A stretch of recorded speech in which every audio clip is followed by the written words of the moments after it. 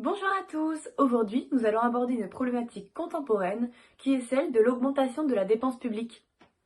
Selon l'INSEE, les dépenses publiques sont les dépenses effectuées par l'État, les administrations de sécurité sociale, les collectivités territoriales et les organismes et administrations qui leur sont rattachés. Elles peuvent être classées en trois grandes catégories.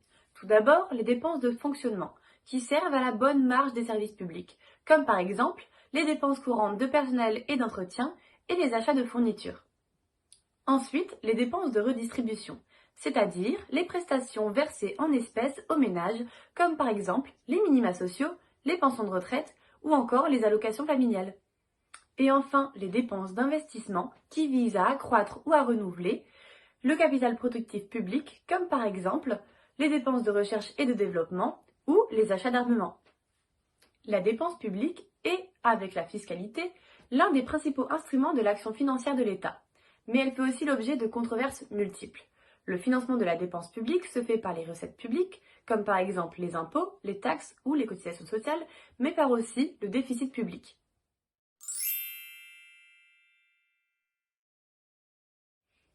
Je vous parle aujourd'hui de l'augmentation de la dépense publique, car celle-ci est une problématique contemporaine qui existe depuis de nombreuses années. Selon Pierre-François Gouifès, dans son livre L'âge d'or des déficits, 40 ans de politique budgétaire française, l'analyse sur longue période amène à conclure que l'État royal puis républicain vit très souvent, pour ne pas dire le plus souvent, à la limite de la banqueroute. En effet, depuis le XIXe siècle, les dépenses publiques n'ont cessé d'augmenter. En France, jusqu'en 1914, les dépenses publiques sont essentiellement les dépenses de l'État et n'excèdent donc pas 10 à 13% de la richesse nationale. Le poids de la dépense publique est passé à 20% du PIB, produit intérieur brut, après la Première Guerre mondiale, et est ensuite passé à 30% du PIB suite à la Seconde Guerre mondiale. Au lendemain du conflit mondial, les réformes menées en matière fiscale démontrent que l'État souhaite en priorité faire face au formidable accroissement de la dépense publique, qui s'annonce sous le double effet des nécessités de la reconstruction et des politiques interventionnistes. En effet, la sécurité sociale et l'État-providence montent progressivement en puissance et surtout après 1945, jusqu'à atteindre 40% du PIB en 1974. Les dépenses publiques vont jusqu'à atteindre 50% du PIB depuis la fin du XXe siècle. Vous pouvez donc apercevoir cet accroissement continu, surtout depuis 1960, sur le schéma qui apparaît à l'écran. La loi d'Adolf Wagner, un économiste allemand, selon laquelle plus la société se civilise, plus l'État est dispendieux, qui prédit que la part des dépenses publiques dans la richesse nationale augmente avec la croissance de cette richesse, semble donc bien s'appliquer à la France, comme d'ailleurs à tous les pays occidentaux. Cette augmentation continue s'explique par l'apparition et le développement des dépenses sociales et des dépenses des collectivités locales sous l'impulsion de la création des régions en 1972 et des lois de décentralisation en 1982.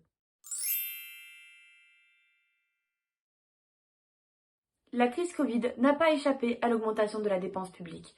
En effet, dès le déclenchement de la crise sanitaire, le gouvernement a mis en place de nombreux dispositifs de soutien à l'économie, aux ménages et au système de santé. Outre la prise en charge des dépenses de santé, conséquence directe et immédiate d'une crise d'abord de nature sanitaire, les administrations publiques ont financé un vaste éventail de mesures permettant par leur diversité de répondre largement aux difficultés économiques et sociales provoquées par la crise. Ces mesures ont été prises selon la formule utilisée par le président de la République lors de son allocution du 12 mars 2020, quoi qu'il en coûte. Dernièrement, les dépenses de l'ensemble des administrations publiques ont connu une très forte hausse, provoquée par les dépenses induites par la crise sanitaire et les conséquences économiques et sociales qui en ont résulté. Les dépenses publiques consolidées ont représenté 61,8% du PIB contre 55,4% du PIB en 2019, soit une augmentation de 6,4%. La hausse des dépenses publiques atteint 96,4 milliards d'euros, correspondant pour 86% à des dépenses de crise. Les dépenses ordinaires, sans lien avec la crise, représentent 14% de la hausse des dépenses publiques. La hausse des dépenses publiques a principalement concerné donc l'État et la sécurité sociale. En effet, une part prépondérante du coût des mesures de réponse à la crise ont été prises en charge ou compensées par l'État, dont les dépenses en comptabilité budgétaire ont augmenté de 15,5%. Celles-ci ont principalement été portées par la nouvelle mission Plan d'urgence face à la crise sanitaire pour un total de 41,8 milliards d'euros, mais aussi par d'autres missions du budget général pour 12,1 milliards d'euros ou par des instruments financiers distinct du budget général de l'État.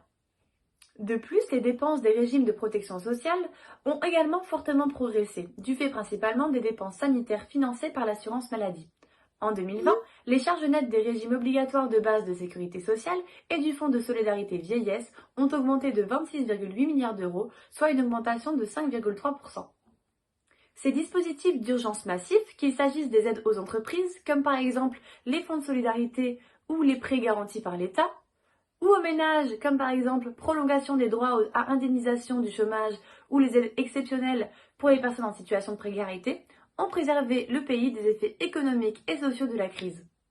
Les finances publiques françaises ont ainsi joué un rôle essentiel d'amortisseur des conséquences économiques et sociales de la chute de la production nationale, en se substituant pour partie aux employeurs ou aux clients, au prix cependant d'un fort alourdissement de l'endettement public. Par rapport à 2019, la dette publique a augmenté de 20 points du PIB, pour s'établir à 115,1 points du PIB. De plus, en 2020, le déficit public au sens de Maastricht atteint le niveau historique de 9,2% du PIB.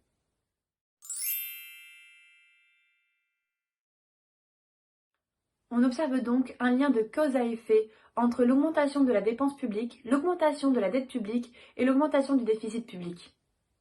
Selon Walter Heller, un économiste américain, il vaut mieux privilégier la qualité à la quantité de la dépense publique. En effet, dépenser mieux pour ne pas dépenser plus. L'accroissement de la dépense publique depuis 1914 fut suivi par l'accroissement de la dette publique ainsi que du déficit public en France. En effet, au même rythme que la dépense publique, on a pu observer une augmentation de la dette publique, augmentation séquencée par les différentes crises. La maîtrise des dépenses publiques est donc essentielle à la réduction du déficit public. Et la réduction du déficit public permet de maintenir la dette publique. Ainsi, la maîtrise de la dépense publique apparaît comme l'instrument principal de l'équilibre budgétaire. Par exemple, les chiffres de l'INSEE fin 2016 montrent que le déficit public a fortement réduit en 2015, à 3,5% du PIB, contre 4% en 2014. Cette réduction s'est faite en maîtrisant la dépense sans accroître le niveau de prélèvement, ni renoncer aux priorités. Les efforts de maîtrise de la dépense publique portent leurs fruits, car la dette est contenue. Elle se stabilise à 95,7% du PIB fin 2015, en deçà des prévisions de la loi de finances qui étaient de 96,3%. Ainsi, suite à l'augmentation fulgurante de la dépense publique due à la crise du Covid-19, la Cour des comptes a effectué un bilan à l'exécutif afin de rétablir des finances publiques considérablement mises à mal par la crise sanitaire le 15 juin 2021. Dans ce rapport, la Cour des comptes ne demande pas un changement brutal, mais simplement des efforts. Elle énonce que, quelles que soient les perspectives de croissance en sortie de crise, la crise sanitaire laissera des marques durables sur l'économie française et les finances publiques. La Cour des comptes juge ainsi souhaitable une stratégie de finances publiques qui allierait renforcement de la croissance et réduction progressive du déficit public. Selon la Cour, la fin 2021 et le début 2022 doivent servir à sortir progressivement des mesures de soutien. La Cour des comptes prône une réduction du rythme d'augmentation des dépenses qui permettrait une décrue de l'endettement public au plus tard à compter de 2027. Dans ce bilan, Pierre Moscovici énonce que ce n'est pas simple, mais c'est incontournable.